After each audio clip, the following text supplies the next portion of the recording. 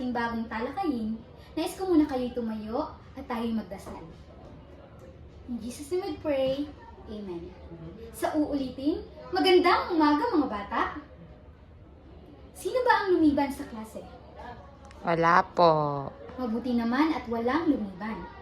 Ngayon, bago natin sisimulan ang ating bagong talakayin, nais ko muna sa inyong sabihin ang ating mga alituntunin dito sa silid-aralan. Una, kung gustong sumagot, itaas ang kamay. Umupo ng maayos. At panghuli, makinig ng mabuti sa guro. Nais kong ipaalala sa inyo kung sino ba ang nakakaalala sa ating tinalakay kahapon. Yes, Nikki, anong tinalakay natin kahapon? About sa pagiging totoo po, teacher. Magaling, Nikki. Tungkol sa pagiging totoo. Ano ang natutunan mo dito, Nikki? Magaling! Ngayon, meron akong ipapakita sa inyong mga larawan. Nais ko itong ipakita sa inyo kung ano ang sasabihin ninyo sa mga larawang nakikita ninyo. Handa na ba kayo sa mga larawan na ipapakita ko? Mga Yes, bata? teacher. Magaling. Ngayon, ito ang mga larawan na ito. Una, ano ang nakikita nyo sa batang ito? Anong ginagawa niya? Tama, siya ay nagagalit. Pangalawa, anong nakikita nyo sa bata? Siya ay masaya. Magaling, siya ay masaya.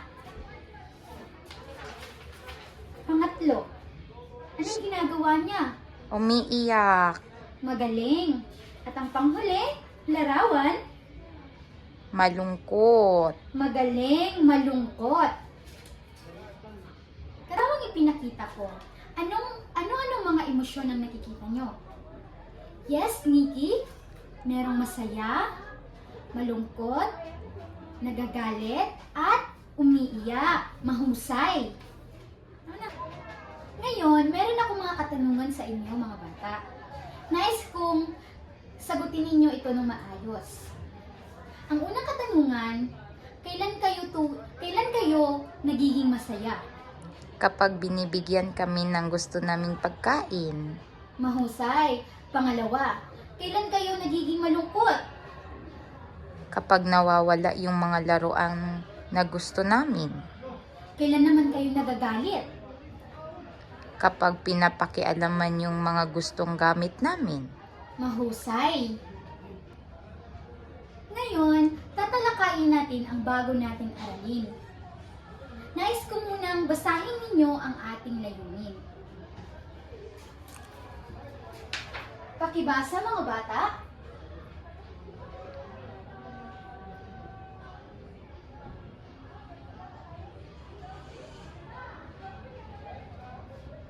Magaling! Ako nating tatalakayin ngayon ay tungkol ito sa empathy o pagdama ng tao or emosyon ng tao. Ito ay tungkol sa kakayahan ng isang tao na maunawaan niya kung ano ang nararamdaman ng iba. Katulad ko, nakita ko si Nikki na umiiyak. Nararamdaman ko na nalulungkot siya dahil siya ay umiiyak.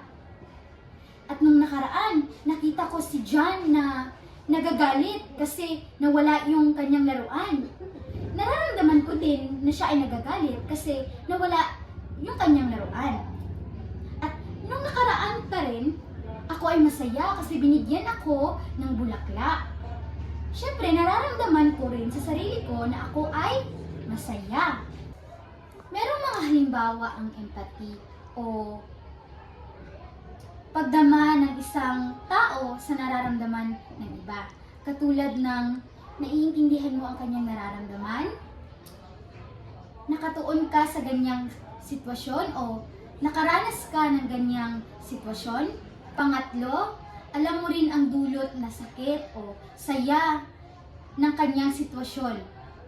Meron ako mga katanungan sa inyo.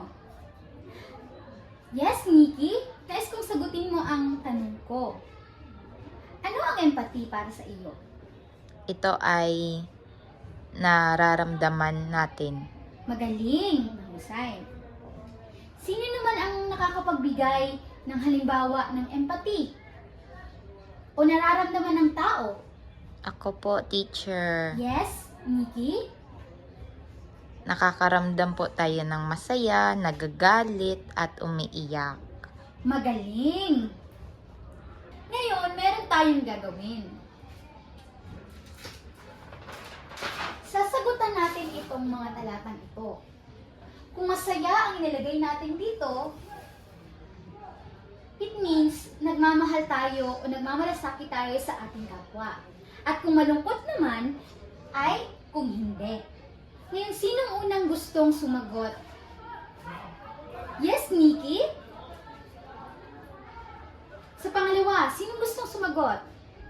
Okay, John. Sa pangatlo, okay, sige, Pedro. Pang-apat, okay. Ngayon, iwawasto natin ang mga sagot ninyo. Sa unang talata, nais kong basahin ninyo kung ang sagot ni Nikki ay tama ba o mali. Tama ba ang sagot ni Nikki? Opo. Mahusay. Sa pangalawa, Tama. tama. Sa pangatlo, Mali po. mali ang answer ni, ang sagot ni Pedro. Jan. Kaya iwawasto natin ito ng malungkot. Kasi bawal. Kasi binabato si Billy ng gamit ni Hans dahil siya ay nakasuot ng lumang damit. At yun lamang. Ngayon, bago magtapos ang ating aralin sa araw na ito, nais kong tanungin kayo kung meron ba kayong natutunan sa araw na ito. Meron ba kayong natutunan, mga bata? Meron po. Magaling.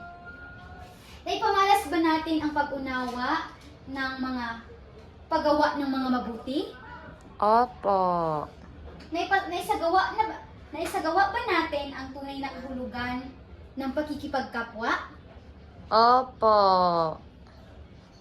Pagtanggap sa sariling pagkakamali at pagtuwid ng bukal sa loob, naipamalas ba natin ito? Opo. Magaling. At ngayon, bago tayo umuwi, meron akong ibibigay sa inyong takdang aralin. Ito ay sasagutan ninyo sa inyong mga bahay. Nais kong isulat ninyo ito sa inyong kwaderno at sagutan sa Bahay. Natapos niyo na bang isulat sa inyong kwaderno ang ating takdang aralin para sagutan sa bahay? Opo. Magaling. At ngayon, kayo'y tumayo. Paalam, mga bata! Paalam na po, guro.